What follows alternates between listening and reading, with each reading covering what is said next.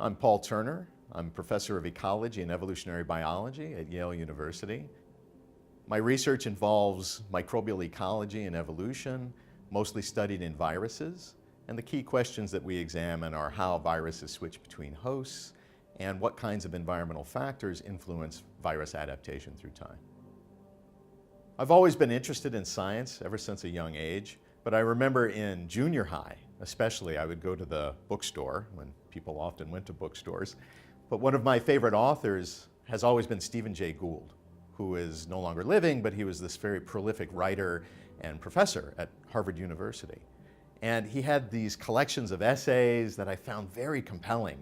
It's like The Panda's Thumb, The Mismeasure of Man. And these were his collected essays from his writings for the magazine Natural History. And I just was so jazzed by these many examples that Stephen Jay Gould would bring in for all these exotic creatures, but even in human evolution, kind of taking a real objective lens on what has happened in the human species through time. I just got this great appreciation for organisms struggle with environmental changes.